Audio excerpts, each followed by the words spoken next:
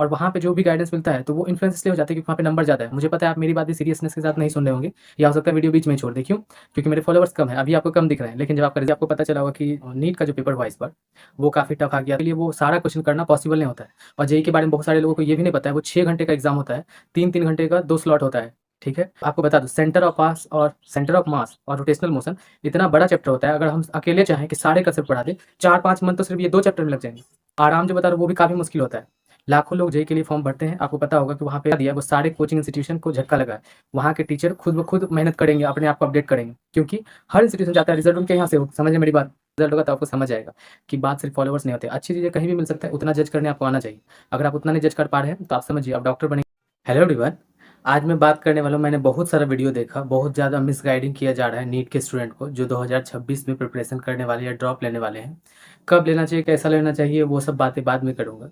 पहले मेरे मन में एक क्वेश्चन आ रहा था और जो मैंने देखा कि मुझे क्या करना चाहिए, मुझे जल्दी से वीडियो बनाना रिक्वायर्ड लगा, इसलिए मैं ये वीडियो बना रहा हूँ।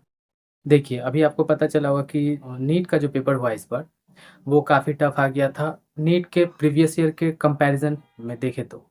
लेकिन कुछ टीचर क्या कर रहे हैं, वो बता रहे हैं कि अगर जेईई का लेवल देखा जाए तो उससे भी ऊपर लेवल का पढ़ा देंगे नीट वालों को। ऐसे बहकावे में बिल्कुल नहीं आए, पहले आपको समझना पड़ेगा। देखिए, अगर आप नीट के स्टूडेंट हैं तो आपको पता भी नहीं होगा कि जेईई का लेवल क्या होता है। जेईई बेसिकली टीचर का ही टेस्ट होता है, समझिए। स्टूडेंट के लिए वो सारा क्वेश्चन करना पॉसिबल नहीं होता है। और जेईई के बारे में बहुत सारे लोगों को ये भी नहीं पता है, वो 6 घंटे का एग्ज़ाम होता है, 3-3 घंटे का 2 स्लॉट होता है। ठीक है? तो आप सोचिए, जब 6 घंटे का पेपर हो, उसके बाद जो क्वेश्चन आते हैं वो बना नहीं पाता है, स्टूडेंट नहीं बना पाता है, फिर टीचर के पास जाता है तो टीचर कई दिन तक लगा देते हैं, कुछ क्वेश्चन कंट्रोवर्शियल हो जाते हैं। समझिए मेरी बात को। कोई आपको बोल रहा है कि जे एडवांस के लेवल का आपको पढ़ना पड़ेगा, मैंने देखा क्वेश्चन टफ है, नो डाउट। टफ इसलिए है क्योंकि आपको क्वेश्चन प्रैक्टिस नहीं कराया गया था।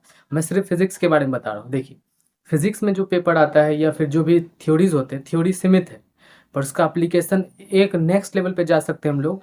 आपको मैं एक चीज़ बताता हूँ, जे एडवांस वालों को जब हम लोग पढ़ाते हैं, हम लोग में मैं सिर्फ अपनी बात कर रहा हूँ फिलहाल, तो आपको बता दूँ, सेंटर ऑफ मास और रोटेशनल मोशन इतना बड़ा चैप्टर होता है, अगर हम अकेले चाहें कि सारे कंसेप्ट पढ़ा दें, 4-5 मंथ तो सिर्फ ये 2 चैप्टर में लग जाएंगे।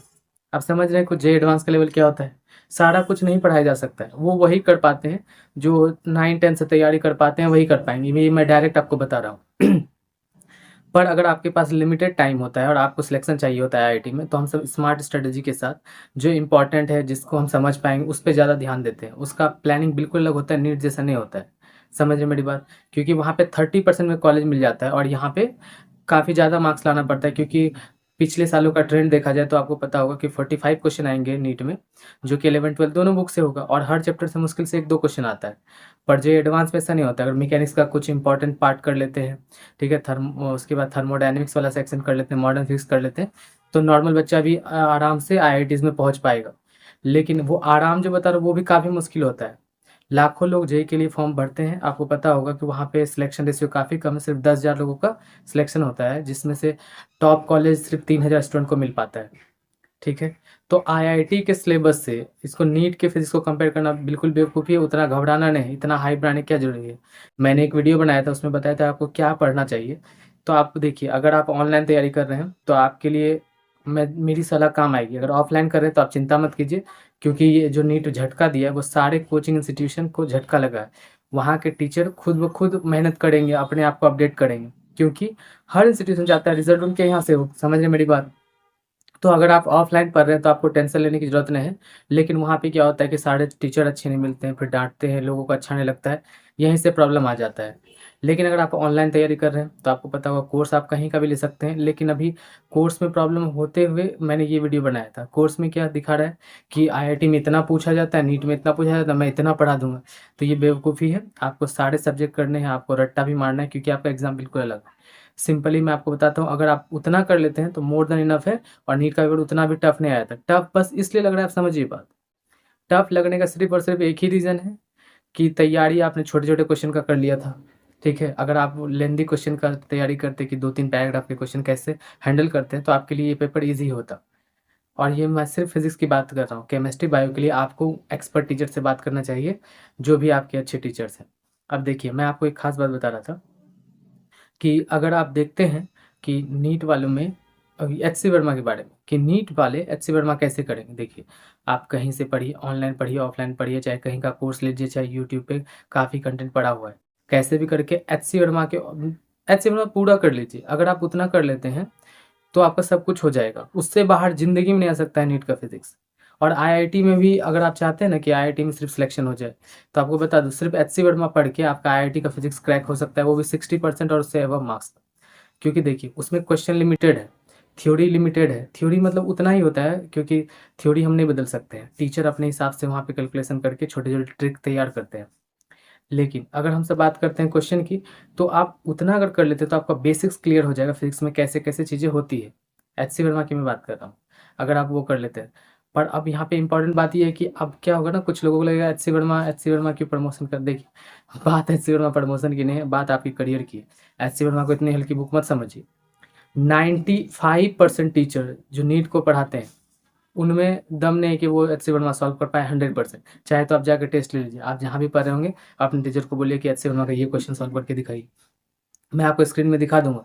एचसी वर्मा को इतना हल्का समझने की गलती कभी नहीं करें। एचसी वर्मा अगर कोई ढंग से कर लेता है और वो कर पाता है, कर पाएंगे आप कैसे, एक बार करने से नहीं हो पाता है। टीचर को भी एक बार आप करते हैं, फिर 2-3 बार उसको मल्टीपल रिवाइज कर लेते हैं नीट की तैयारी के दौरान, तब जाके अगर आप देते हैं तो आप आईआईटी निकाल लेंगे। एचसी वर्मा के तेल की बुक मत समझिए, समझ रहे मेरी बात। अगर आप ऑफलाइन पढ़ रहे हैं तो कोई प्रॉब्लम टेंशन मत लीजिए, टीचर गाइड करेंगे। और हाँ देखिए, तैयारी सिर्फ एक वीडियो के गाइडेंस नहीं होता है। अगर आप तैयारी कर रहे हैं, आपको कोई प्रॉब्लम आता है, तो जो भी आपको अच्छे लगते हैं, अगर आपको मुझसे ही समझ आ रहा है मेरी बातें, तो आप कमेंट करके पूछ सकते हैं। कोई भी प्रॉब्लम आता है, चाहे आप इंस्टाग्राम पे भी मुझे मैसेज कर सकते हैं, अगर मेरे पास टाइम रहा तो मैं बता दूंगा। या फिर अगर आप मुझे लगेगा कि इंपॉर्टेंट बात है तो मैं वीडियो बना के भी समझा दूंगा आप। समझ रहे मेरी बात। तो फालतू के गाइडेंस में मत आइए, आप अपने ऊपर भरोसा कीजिए। फिजिक्स आपने जहाँ से जितना पढ़ा था, मैं किसी टीचर की बुराई नहीं कर रहा हूँ, टीचर बुरे थे भी नहीं। उनकी सिर्फ एक गलती की वजह से आप उन्हें पूरा बेवकूफ़ मत समझिए। उन्हें पहले से आता है, बहुत अच्छे खासे पढ़े लिखे लोग हैं, ठीक है। लेकिन प्रॉब्लम उनमें ये आ गया कि उन्होंने सीरियस नहीं लिया एग्ज़ाम को और ईज़ी चीज़ों पे सिर्फ फोकस कर दिया। जितने भी इंस्टीट्यूशन थे, उनके मैं टेस्ट सीरीज़ की बात करता हूँ, जो बहुत ज़्यादा इंडिया में फेमस है, उनकी बात कर रहा हूँ। उन्होंने क्या किया, वो टेस्ट एकदम अच्छा बनाते थे, जैसा पेपर आया उसी टाइप का बनाते थे, ठीक है। लेकिन जैसे नीट पास आने लगा, तो आपको पता होगा ऑनलाइन इतना सस्ता हो चुका है कि ऑफलाइन पढ़ते हुए भी स्टूडेंट ऑनलाइन का कोर्स ले लेते हैं, 2-4-5 हज़ार में मिल जाता है। तो जब वो कोर्स ले लेते हैं और पढ़ाई करते हैं, और वहाँ पे जो भी गाइडेंस मिलता है, तो वो इन्फ्लुएंस इसलिए हो जाते हैं क्योंकि वहाँ पे नंबर ज़्यादा है। मुझे पता है आप मेरी बात भी सीरियसनेस के साथ नहीं सुन रहे होंगे, या हो सकता है वीडियो बीच में ही छोड़ दें। क्यों? क्योंकि मेरे फॉलोवर्स कम है, अभी आपको कम दिख रहे हैं, लेकिन जब आपका रिजल्ट होगा तो आपको समझ आएगा कि बात सिर्फ फॉलोवर्स नहीं होते। अच्छी चीज़ें कहीं भी मिल सकता है, उतना जज करने आपको आना चाहिए। अगर आप उतना नहीं जज कर पा रहे हैं तो आप समझिए आप डॉक्टर बनेंगे, आपके सामने लोगों की जान जाएगी, आपको जान बचाना पड़ेगा। आप उस लेवल पे जाना चाहते हैं, समझ रहे बात। और मुझे दूसरी बात सबसे बेकार लगती है कि कौन-सा ड्रॉप लेंगे, नहीं लेंगे, उस पे हम सब बात करेंगे अलग से। लेकिन आप समझिए एक बात, आपको डिसीज़न लेना पड़ेगा, हमेशा आज्ञाकारी नहीं बनना होता है। अब मैं इतना बड़ा स्टेटमेंट क्यों बोल रहा हूँ, वो अगले वीडियो में बताऊँगा। देखिए, अगर आपको समझना है कैसे-कैसे क्या करना है, और भी मेरे प्रीवियस वीडियोज़ हैं, आप उससे देखना सीखना चाहें तो आप सीख सकते हैं। कुछ पूछना हो तो डायरेक्ट कमेंट कीजिए, सब्सक्राइब करने की कोई ज़रूरत नहीं है, आपको ठीक लगे तो ही कीजिए, ठीक है?